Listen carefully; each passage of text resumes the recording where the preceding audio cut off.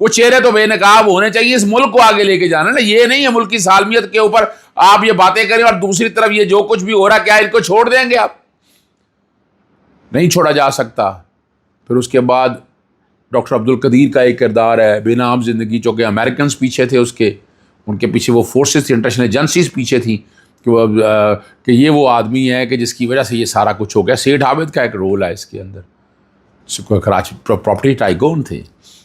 اور یاد ہے کہ سر ملک ریاض نے اس ملک کے لیے جو کیا وہ دیکھیے ہر ایک کو اپنا ایک اعتراض ہوگا، لیکن جہاں ملک آئے گا نا وہاں ملک پہ یہ لوگ سب مر مٹیں گے، جان دے دیں گے، قربان ہو جائیں گے اس ملک کے لیے، کمپرومائز نہیں کریں گے. یاد رکھیں چاہے Imran Khan top of the list ہے، وہ قربانی کے لیے بیٹھا ہوا ہے، ملک کے لیے لڑ رہا ہے. لیکن ہمارے ہاں کئی ایسے ایلیمنٹ ہے جو دیکھنے کی بات ہے. اب یعنی شیخ مجیب کے حوالے سے مجھے بڑے لوگوں نے کہا کہ آپ نے خاص طور پر ٹویٹ نہیں کیا کہ شیخ مجیب ایک متنازع کردار تھا، بالکل جیتا تھا، اس میں کوئی شک نہیں ہے. شیخ مجیب نے بہت ظلم دیے اس پاکستان کو، اس دور میں بہت ظلم ہوئے پاکستان کے ساتھ. جتنی مذمت کی جائے اتنی کم ہے، لیکن اس میں بڑا دھیان رکھنا ہے، اس میں بیلنس رکھنے کی بات ہے. شیخ مجیب ساری صحیح باتیں نہیں کرتا تھا. اگر ساری صحیح بات کرتے ہوتا تو پاکستان 2 لخت تو نہ ہوتا نا. ٹھیک ہے یہ ساری اپنی جگہ، ہمیں دقتیں تکلیفیں، ہمیں ملک تو توڑنے کی کسی سازش کا حصہ نہیں بننا چاہیے نا. نہ ہم کسی ایسے سازش کا حصہ نہیں ہیں جو ملک کو 2 لخت یا 2 ٹکڑے کرنے والا. ہم اس ملک کو جوڑنا چاہتے ہیں، اس ملک کو آگے لے کے جانا چاہتے ہیں، اور یہ ملک انشاءاللہ العزیز آگے جائے گا. اس میں آگے پھر اگلی جو بات میں چونکہ اسی ایٹمی پلانٹ سے ذوالفقار علی بھٹو کے ٹرائل سے ہوتے ہوئے ڈاکٹر سمر مبارک کا بڑا کام ہے، انہوں نے بڑا کام کیا. تو یہاں ہر ایک اپنا ایک کردار ہے. یہ کہے ہاں اپنا صدر غلام اسحاق نے بڑا ایک اہم کردار ادا کیا، اس میں ماننا پڑے گا. لیکن دیکھیں جو کام ذوالفقار علی بھٹو نے ایک ذوالفقار علی بھٹو نے ایک محب وطن کا نام کیا کہ وہ کام کوئی نہیں کر سکا. یہ جو ایسا نواز شریف نے آ کر اور وہ اس میں شیخ رشید نے بڑا زبردست ٹویٹ کیا ہے. میں شیخ رشید کا ٹویٹ آپ کے سامنے میں رکھ دیتا ہوں، وہ میں نے وہ لکھا بھی ہے. اور شیخ رشید نے بڑی زبردست یعنی اس کانٹیکس، چونکہ شیخ رشید اب کابینہ کا حصہ تھے، بہت سی چیزوں کو اتنا عرصہ وزیر رہے ہیں، انہوں نے بہت سی چیزوں کو قریب سے دیکھا ہے.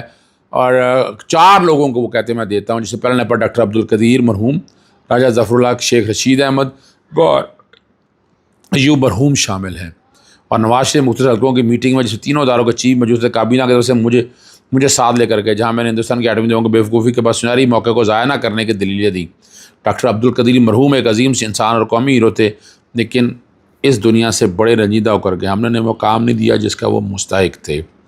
اب یہ بات ساری بتانے والی بات ہے کہ یہ جو ہم یوم تکبیر پہ نواز شریف کو پکڑے تھے، پتہ نہیں کیا کچھ کر دیا، یہ اب ریکارڈ پہ بہت سی چیزیں سارے سامنے آ گئی ہیں. غلط کریڈٹ نہیں لینا چاہیے، جان دینی ہے رب کو. ہمارا رب بہتر سمجھتا ہے کہ ہم نے کیا کچھ کیا، ہم نے کیا کھویا، کیا پایا، یہ سارا کچھ ریکارڈ کے اوپر ہے.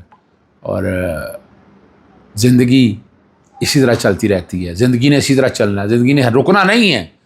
ہم زندگی کو روکنے کی کوشش کرتے رہیں کہ زندگی نہیں رکتی، یاد رکھیے گا یہ آگے چلتی ہے، آگے بڑھتی ہے. تاریخ ان کو یاد رکھتا ہے. دیکھیں ایک خدا کی تاریخ بھی ہے اور خدا بھی لکھ رہا ہے. جہاں جھوٹ بول لیں گے، فراڈ کر لیں گے، فریب کر لیں گے، تو یوم تکبیر پوری قوم کا ہے، یہ نہیں ہے.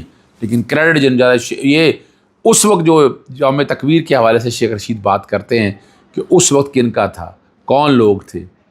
اور بھائی نواز تو کبھی بھی ہم اپنا انڈیا سے حالات خراب نہیں کرنا چاہتا تھا. یہ تاریخ ہے، کاروباری تعلقات آپ کے سامنے ہیں، انڈینز کے ساتھ ان کی شوگر ملوں میں جو لوگوں نے آنا، وہ سارا ہم نہیں کو نائب بتاتا رہا ہے، مختلف ایجنسیز بتاتی رہی ہیں. العزیزیہ جو اسٹیل مل تھی سعودیہ کے اندر، وہاں کون لوگ تھے، کتنے کے مسلمان تھے، کتنے کے ہندوستان کے لوگ تھے، یہ بھی تاریخ کے اور آنکھ میں ہر چیز دفن ہے، لکھی ہوئی ہے. اور وہ آپ کو اندازہ ہو جائے گا، وہ کوئی دور کی باتیں نہیں ہیں. تو ہمیں ایسے نہیں بڑھا چڑھا کے لکھنا چاہیے، کہنا چاہیے ریکارڈ پہ.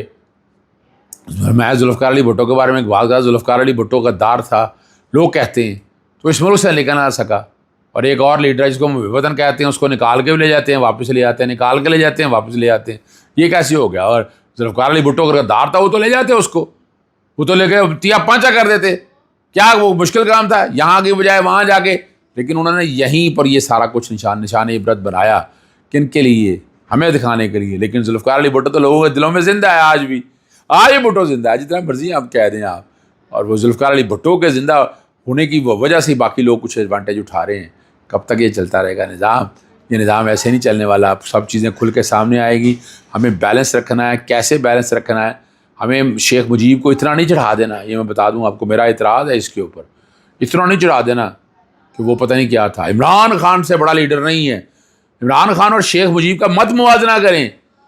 شیخ مجیب جو ہے عمران خان کے قریب بھی نہیں ہے, یاد رکھیے گا. یہ بتا دوں میں آپ کو, عمران خان اس سے بہت آگے ہے, بہت آگے ہے. اسے اتنا بڑا لیڈر ہے. اس کا قد چھوٹا مت کریں شیخ مجیب کے ساتھ کمپیریزن کر کے. وہ جو معاملات, حالات اور واقعات ہوئے ہیں وہ اپنی جگہ پر موجود ہیں. وہاں کے جو ارتقائی حالات یا وہ جو حالات وہاں تھے وہ اور مختلف تھے, اور یہاں آج حالات اور مختلف ہیں. اور عمران خان نے جس آسان طریقے سے اس معاملے کو نپٹایا وہ بڑی بات ہے. اور عمران خان نے تو ملک توڑنے کی بات نہیں کی. کون کہتا ہے عمران خان نے ملک توڑنے کی بات کی؟ بالکل بات نہیں کی ملک توڑنے کی بات. ادھر تو میں ادھر ہم کا نعرہ نہیں لگایا. تو شیخ مجیب کا عمران خان کے ساتھ کمپیریزن مت کریں خدا را.